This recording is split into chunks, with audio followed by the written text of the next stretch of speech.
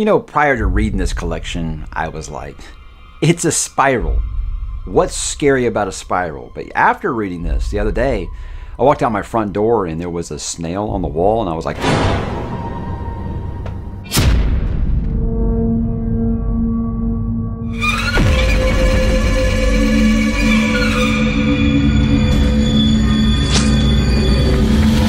hey, what's up, Boo and Bookworms? Mike back today to talk a little spooky season. And today we're going to be dipping into the 1998-1999 manga classic. This is Uzumaki by Mr. Junji Ito. My first foray into Mr. Ito's works. This is an author I had heard about long before I had decided to give manga a go.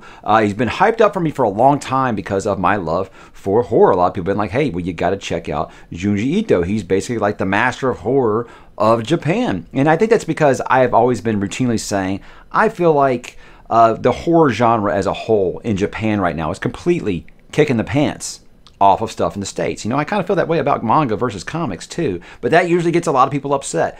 But with this story, this is one that I felt like was a good place to start because it was one I'd actually heard of. You know, it was the first one that came up, honestly, when I looked up and said, I saw, okay, wow, that's a big old boy. That'll take me a while, right? Yeah, I read this in about a day and a half, so not quite the case. But very, very cool story. We're going to kind of talk about it here. This is my first horror comic or manga, you guys. And here's the thing, I've read a ton of comics, but unless you're counting something like Hellblazer or Sandman as horror, maybe Preacher, which I wouldn't. They have like horrific elements in it, but I wouldn't consider them horror comics or manga.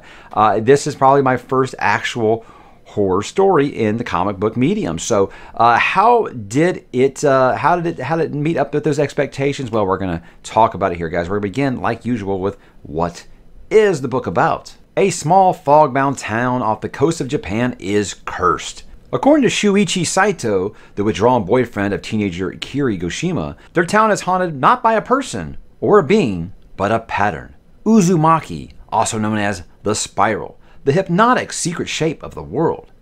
As the town is plagued by the supernatural curse, it becomes a battle for survival as everything falls into an unexplainable chaos and waves of death take over the small coastal town. And guys, 1998, 1999, this is Uzumaki. Now we are going to begin, like usual, guys, by talking about what makes it good or bad. I want to let you know right up front, guys, this will be spoiler free because I would like a lot of people who have been afraid to give manga a go, which is what a lot of the viewers on my channel are. Maybe they'll give it a shot here, but I will talk some spoilers at the end of this video, so stay tuned if you want me to hear me talk about some of those legendary panels, and you know which ones I'm talking about. I'll do that there at the very, very end. The good, I think it's never too early to call Mr. Ito the master of the page turn. Now, I don't know if this is him or if this is the publisher. Who published this? I don't like I know the mediums very well for manga yet. But the thing that he does in this is like he'll have a chapter and you'll get to the end of this page and you'll see the characters being like, you know, just like stunned, just shocked or whatever. And you're like, well, I've got to turn the page and see what happens. And then it just kind of blows you away. And like I said, I don't know if that's the way that the publisher arranged it, that's the way that he wrote it. I'm imagining it was probably him because a lot of comics I'll see is you're seeing the reactions because they don't have it paced out properly. And you'll turn it, you know, you have a left panel and a right panel, and you'll see down here at the bottom what they're reacting to over here before you even turn the page, especially if you're reading digitally. So it's one of those things I think it helps develop a sense of dread.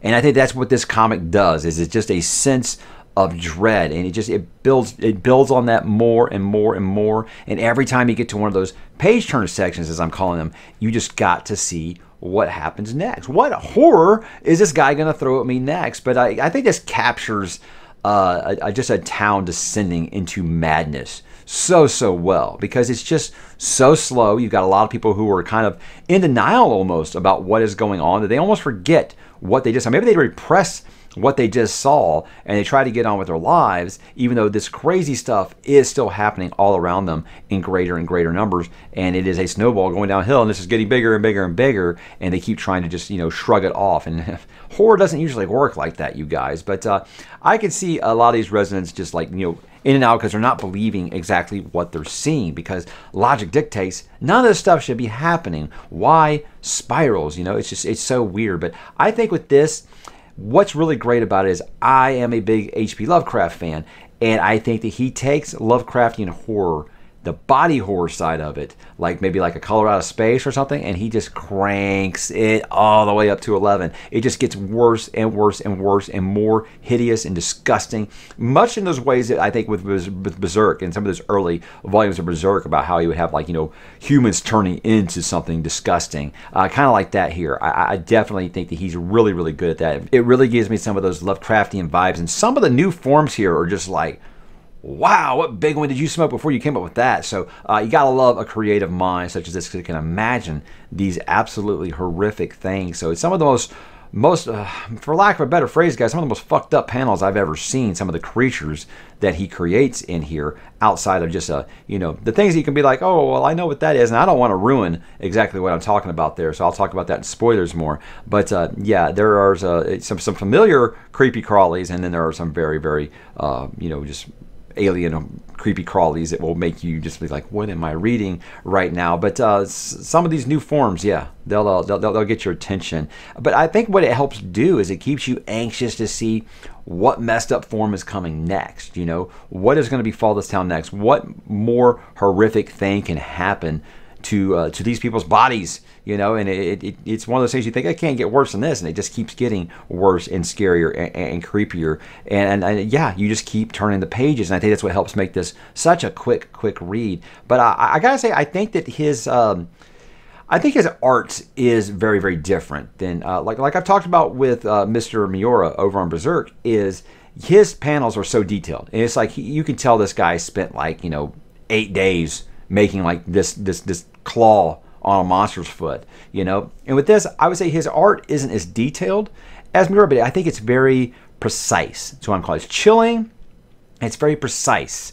It's very obvious what he's wanting you to focus on each of these drawings, and it's usually something mind-bogglingly horrific, right? So I think it's a very different art style as what I would expect. Nope, I don't think any two artists are obviously the same. I think it's even more so than like an author's prose. I think if you're talking about an artist, everyone's going to have a different style, right? It's one of those things like, I don't want to start comparing Miura and Ito's art styles here or anything. I'm just saying I think it's a very different approach because he's wanting you to focus on a specific thing, whereas I think Miura is just I got to make every single pixel of this look absolutely stunning. And again, that's not taking away from Ito's drawings at all. I'm just saying he's wanting you to focus on something, and he does a very, very good job at that. I love that this isn't overloaded with text, and that sounds weird to say as someone who is really more into the written word than anything else. I think with horror, you need to let the visuals do the talking, you know, and I think he does that very, very well. He focuses on the visuals to tell the story much more than walls of text, like a lot of American comics I think really struggle with right now. It's like, yeah, my guy, I got eyes. I can see what's going on right now. You don't need to have a character explain to me what is going on in these crazy, scary situations. But yeah, it's just good horror. I think that you know, you just want to keep going with the story, but you're also dreading it. You're excited to see what comes next, but you're also like, but I don't want to see it. That kind of thing. Again, guys, this is just good horror. Now, not everything is really, really good here. I got to talk about a couple of the bad things. And look, guys, I'm going to say this is being kind of nitpicky. It doesn't exactly bother me per se, but it's going to bother some people, especially if they're new to comics and manga overall. It's not incredibly plot-driven.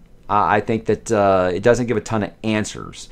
But with me, I like that about horror. I don't need to have an explanation for everything in horror. But some people, they want to know. They need everything to be cut and dry and explained to them. And I think you're going to end this story still waiting for that feeling. So if you need to have everything explained to you, down to the very, very minute detail, it might not work for you. So I think that's something that will come up with some people.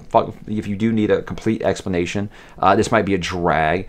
In fact, I think you might struggle with a quality horror, or at least what I consider quality horror overall, because a lot of horror is don't show your monster kind of thing. And then when you do show the monster, you don't have to give an explanation for it. The buildup has been, what does this monster look like? What is this monster doing? Why is this monster doing that?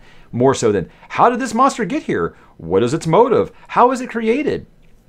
that isn't, to me, that isn't what horror is. To me, horror is, seeing that bad thing coming and not being able to do anything to stop it. Dread. And I think that he really captures that really, really well. But I will say I can kind of agree that the characters seem to have a very short memory. Now, like I said, I think this can be because they are repressing some things. They are in denial of what, just like, it's like Stanley Uris from It, where he's like, that's just not scientifically possible. They can't actually be happening, that kind of thing. So it can seem like, why are you surprised right now? This happened to you like 2 chapters ago. Why are you shocked right now that this is happening? And I think it's one of those things like, you're never going to get to a part where the human mind processes this as the new normal. You're never going to kind of get to that point. So I can kind of look past it, but it will be kind of wild when you got Kiri in this. It's kind of like, I just saw something truly, truly incredible, and a couple chapters later, I'm like, how is this happening? It can kind of seem like that, I think, in a way. But I think that's why horror is best told in short stories when it's something like this. And I wouldn't call this a short story. Obviously, it's got, it's not a short story, but I know that he is really famous for writing a lot of really good one-off short stories and stuff, and I think that's something that will be fixed down the road. I don't know. We will find out. Let's get into, guys, why I think that that you should read it. First up, I think if you are a Lovecraft fan, you're going to be right at home. I think you're going to like the visuals quite a bit. You're going to kind of like the atmosphere. Like I said, the dread. The best thing about Lovecraft was that he wrote about fear of the unknown.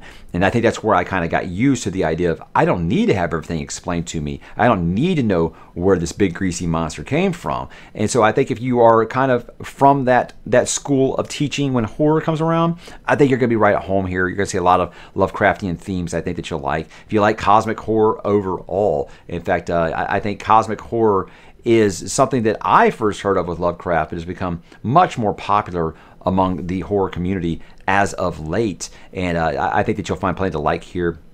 If you like horror manga or comics at all, I think you're going to slip right into this really well. If you love horror but you've never really read comics or manga, I think this is a great place to start. It's a very, very quick read. It's low commitment. Guys, if it wasn't for kids, I could have read this in one sitting, and it's a page turner in every sense of the word. I know a lot of people use that word loosely and they don't mean it. This is very much the case here. You're going to get through this rather quickly. It's very, very low commitment. It looks like a big beefy boy, like I said, but you're going to be flying through this thing so quick that you're not even going to understand why it ended so quick. So I think if you like horror where it shows like a slow descent into madness, especially in a town setting like a Castle Rock or something like that, I think that you'll enjoy what you're going to. If you're interested, like I said, just in horror overall, and you're just now looking to get into manga, I think this is a great place to start. I love that it's a super fast read, and I love that he lets the visuals tell the story, and he doesn't depend on too much exposition between his characters. And I love that he's not afraid to let the story linger on the horror. He's not afraid to let you see it and then cut away. He's gonna let it linger there. He's gonna let you see the horror, and it's gonna keep happening, and I love that. I love that he never really cuts the camera away, I guess you'd say. It's a great thing. Now, if I got some final thoughts here, guys, I gotta say, I had a lot of expectations for Junji Ito at this point, and thus far, one story in, I think he's very much exceeded those. I wasn't kind of sure how I was going to feel. I've never read horror comics for that reason, because I've always been like, well, how scary can they be? Again, when it comes to horror, I feel like once you're over a certain age, I don't feel like you can be scared of it anymore. I think that you got to approach horror from a different way, and with me, that is something that makes you uncomfortable, something that makes you squirm, something that makes you dread, and he does all of those things here. So he's exceeding with that rather well, and this is a story that will stick in your head. Like I said, you'll just be kind of noticing as you're walking around, like, hey, that's a spiral shape. I never would even considered that, like the thing with the inside of the ear and stuff. It's like things that you realize you can't get away from it. It's everywhere. And it just starts to really, affect your way of thinking while you're out in the real world sometimes, I think. But I also like that in that Lovecraft way, he isn't concerned with giving his protagonist a happy, shiny ending. Lovecraft was very, very vicious with his characters, so much so that he almost never gave them names sometimes. We get names for the characters here. That isn't really exactly what I'm talking about. I'm just saying, like, he's okay with not giving you a nice, happy, shiny little tied bow at the end to wrap everything up and be like, see, they made it through. And I'm not saying it's a cruel ending. I'm just saying it might not be the shiny, happy ending that you're looking for. But again, guys, I just love how fast-paced this was. I was expecting this to take me a few days. I mean, like, you look, I'm reading Berserk right now, and it's like some of those volumes can take a little bit because there is a big, heavy story. There is a lot of text sometimes. There is a lot of world building.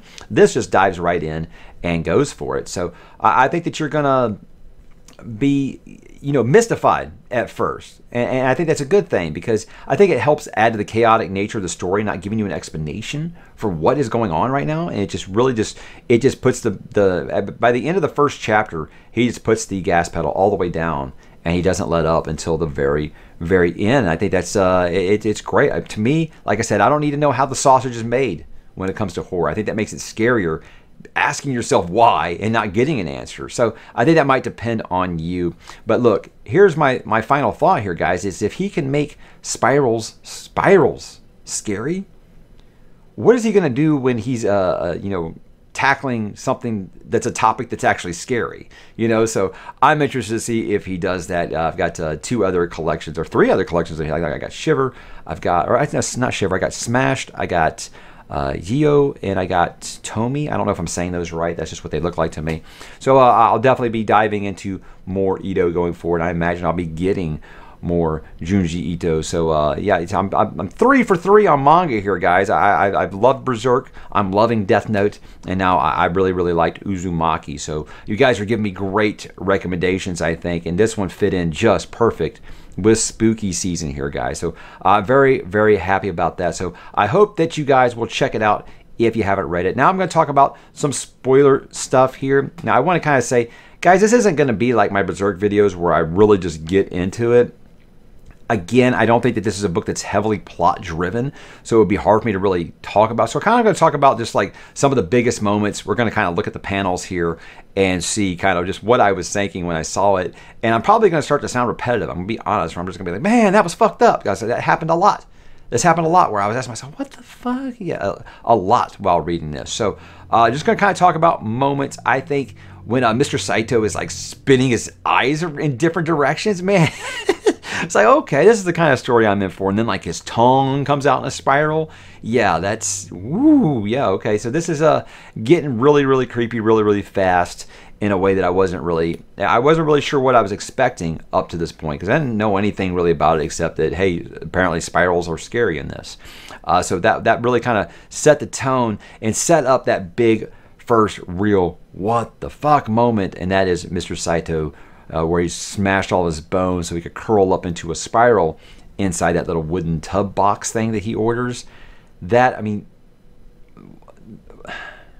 I don't know what to say. That was just a, ooh, yeah, it was one that I just kind of like just stared at the page for a minute, like, what in the hell am I reading right now? So yeah, it really did set the tone really, really well. Another one, Azami, I think with the spiral just on her head, it just keeps getting bigger and bigger, and eventually just like consumes her. That's like the only image I had seen from this series before I had started, was just her with the big, spiral on the head. But it's gruesome. I think it's weird that all the boys are there for her, but she wants the one boy she can't have, kind of thing. But then it just gets completely just out there. With the spiral on her head just like taking over. I don't know, guys. I feel like this is a bad one for me to really do like a spoiler talk on, because I don't have answers for you guys at all. I mean, maybe you guys got some for me and you're calling me an idiot right now. That's quite possible. It's quite possible. I don't know. This is the first time I've experienced anything this wild, this zany, I think. But I think Kiri's her hair having a fight with that other girl, was it Sakino? Was that her name? Where their hair is fighting? And that's the kind of thing. So I'm like, this could never work in a live action medium. I do know it has been adapted to a live action medium, and I don't think that very many people had very positive things to say about it. That's just something I can't imagine a live action medium without just like laughing. But it's crazy, right? And that's the thing where I'm like, okay, you guys were just like fighting with your hair last week, and then they're like interacting later. Like, you guys don't remember that? Maybe I've got the characters mixed up. I don't know. That's just kind of some of those things. But again, it doesn't take away from the story for me. I kind of look at this as like a Twilight Zone thing, in that like it's so messed up mentally that you're not thinking about those things anymore. I gotta say, snails are the most fucked up thing in here. And besides the pregnant women, but the snails, just the transformation into a snail is just horrifying. When the eyes like pop out of the head, oh my god, it's just this slow change. And they decide, hey, we're just gonna keep him in this caged garden. You know, and then the boy that was picking on him also turns into a snail, and then they mate. Oh my god, yeah. So this is just horrific stuff. What else? I think the kids getting cooked inside the lighthouse is just terrifying. The artistry there is very good. Again, I think the way that he really always has something that he wants you to focus. Every one of his panels, you can see like a focal point. I think he does that really well, and the light tower is a big one. The two kids like becoming snakes and mating like snakes, where they wrap up. Man, some of these visuals are just the stuff of pure nightmares, are they not? They really are. Jack in the Boxes, I think, were already creepy. This just adds to that, obviously. So the Jack in the Box story is one that's you think about if someone was like, I don't want to say like stalking you. I've had situations where I've been like, okay, you've had like is like a younger kid like idolizes you or something, and all you're doing is kind of like brushing them off, and then say they got hit by a car following you or something, but it would haunt you, right? Well, this haunts her in a much different way. But yeah, like I said, didn't need much help with Jack in the Boxes. They were already kind of scary. But oh man, the pregnant women, the mosquitoes. Fucking Christ, man. What in the world? What happened to this man to make him visualize this kind of stuff? And the idea that they want to go back inside the womb. Oh, man. Just messed up stuff. I live in Houston, and we're basically a swamp, guys. So we already have a mosquito problem. So that's already like, yeah. So the big old blood-sucking mosquito mamas. That's... Yeah, we're really getting out there. Then they're like eating the snails. Oh, it's okay because they're not human anymore. Man, this is just yak. Oh. And I understand these people are starving at this point. And you got to think, hey, what would you do in that situation? But guys, it's just I would not recommend eating lunch or anything while reading this story for sure. But I think the labyrinth there towards the end is really wicked. Not just like the houses that make the spiral labyrinth when they start like rebuilding and stuff like that, but going down into the underground section, obviously really cool. Just when she falls there to the bottom, and it's just like a pile of like spiraled humans. It's just ultimate nightmare stuff that you can't even imagine, and how her mind doesn't just completely break there and her hair turned gray and she just goes insane. I don't know, but yeah, I gotta say that the last visual of Kiri and Saito just kind of giving up there and wrapping up as the curse, I guess, moves along is just a really crazy cool visual. And again, guys, this is a messed up story, and like I said, not really having much to talk about, just kind of shows that it wasn't majorly plot driven, I don't think, at least not by dialogue, and it still was a page turner in a way that I couldn't stop reading. And I've had people on the Discord now that have never read manga that are reading this are like, this is wickedly cool. It's messed up, but it's very wicked, So, and I'm really digging it. So I'm in the same ballpark there. I think it's really great. I can't wait to continue. I've had another handful of recommendations for some horror manga. I think the Blood on the Tracks is the one. I think that's what it's called. I don't remember the artist or the author, but I did add it to my Amazon wish list to look for later. But yeah, this is another side of manga that I wasn't expecting on getting into, and now I'm ready to just dive headfirst into it because yeah, I think this is a really good medium to tell some horror stories now that I've actually seen one. And I feel like, well, I've missed a whole new subgenre that I never really thought of. So, guys, that was Uzumaki. What'd you guys think? Drop in the comments and let me know what was your most horrifying moment in this comic, or moments in this comic. Drop in the comments and let me know, guys, and I will talk to you there.